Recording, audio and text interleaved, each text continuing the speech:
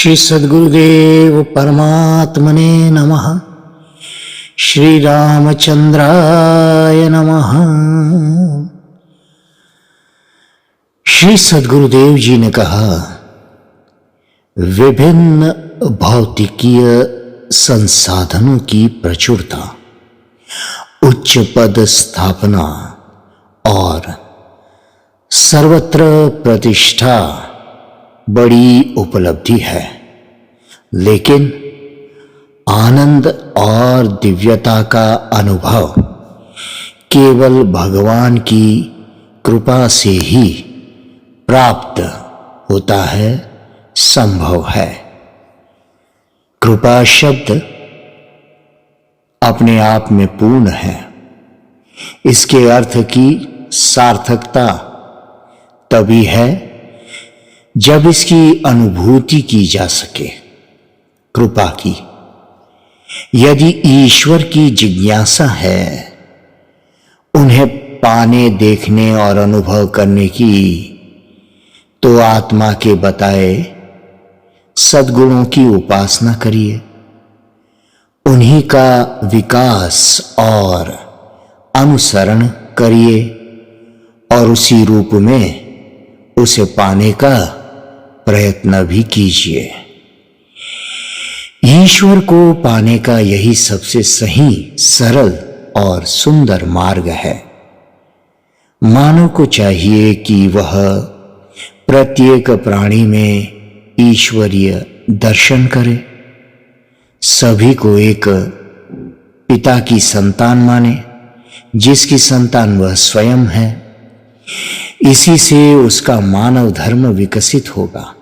इसलिए हमारे आचरण को परिभाषित और मर्यादित करते हुए यह कहा गया है कि आत्मनः प्रतिकूलानि परेषां न समाचरेत, अर्थात जो आपको अपने प्रति अच्छा नहीं लगता, उस आचरण को दूसरे के प्रति मत करो।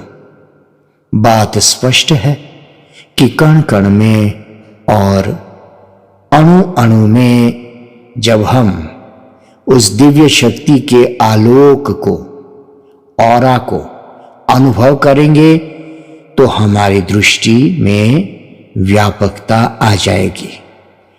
जब मानव इस मौलिक चिंतन का स्वामी हो जाएगा, तब वह वास्तव में मानव बन जाएगा। तब उसे यह अनुभव हो जाएगा कि तू अमृत पुत्र है।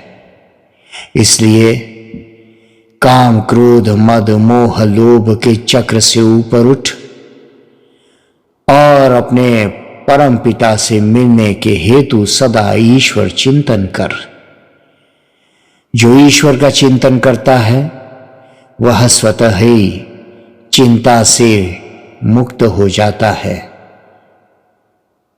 कामनाओं का दमन भगवान भगवत कृपा का ही फल है।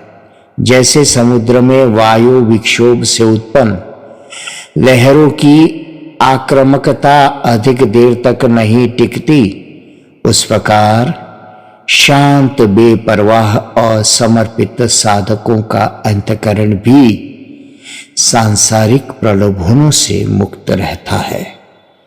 सभी धर्मों का निचोड़ यही है कि सत्कर्मों से परम तत्व को प्राप्त करें। यही मानव धर्म भी है और नीति भी। संसार सुंदर है, पर राग और द्वेष से ऊपर उठकर देखें, तभी हम संसार की दिव्यता का दर्शन कर पाएंगे। जीवन बहुमूल्य है। इसे सांसारिक सुखों की ओर नहीं, मोक्ष की ओर मोड़ो। कर्तव्य करो। जो मार्ग हमें शास्त्रों ने सुझाया है, उसी पर चलना और उसका पालन करना होगा। बुद्धि और मन के बहकावे में मत आओ। विश्वास उस परम तत्व पर एकाग्र करो और मानव धर्म का पालन करो। इसी में जीवन की सार्थकता निहित है। मनुष्यता के उत्थान के लिए साध्य और साधन, मीन्स एंड एंड्स, दोनों की पवित्रता जरूरी है। मन में कामनाओं के रहते निस्वार्थ भक्ति नहीं हो सकती। पूजा पाठ, प्रार्थना, उपासना करते समय एकाग्रता बनाए रखने के लिए इच्छाओं का त्याग करना अत्यंत आवश्यक है। यह तय है कि जब तक व्यक्ति का भगवान की भक्ति में मन नहीं लगेगा, तब तक वह परम सुख, शांति और संतोष का अनुभव नहीं कर पाएगा।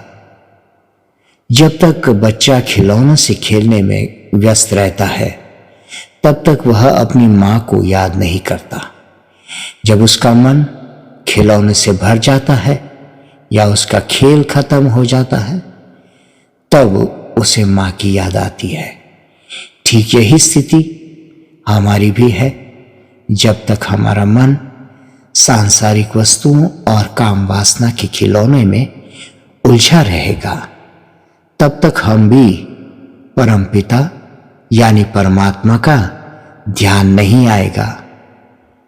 भगवान की भक्ति के लिए हमें भोग विलास से दूरी बनानी ही पड़ती है।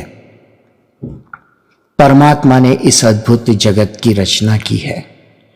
प्रकृति की सभी व्यवस्थाओं को सुचारू रूप से नियंत्रित किया गया है। हमें सूर्य चंद्रमा के प्रकाश का कोई भी शुल्क यानी कि कंसिडरेशन नहीं देना पड़ता, उसका दाम नहीं देना पड़ता। सुरम्य शीतल हवा का आनंद मिलता है। सुंदर पर्वत, वृक्ष वाली रमणीय उद्यान सहित अनेक प्राकृतिक अवदान हमें ईश्वर की सौगात के रूप में ही मिले हैं, लेकिन हम इन चीजों के लिए ईश्वर का आभार व्यक्त नहीं करते। यह गहन चिंतन का विषय है कि जो ईश्वर हमारे लिए सब कुछ करे, उनके लिए हम धन्यवाद का एक शब्द भी न कहे। हम ईश्वर कृपा का साधुवाद ईश्वर का स्मरण करके कर सकते हैं, तो ईश्वर का स्मरण तक तो कीजिए कम से कम, और अपने कर्तव्यों का भली भांति निर्वाह करते चले। जय सिया राम, जय सद्गुरुदेव।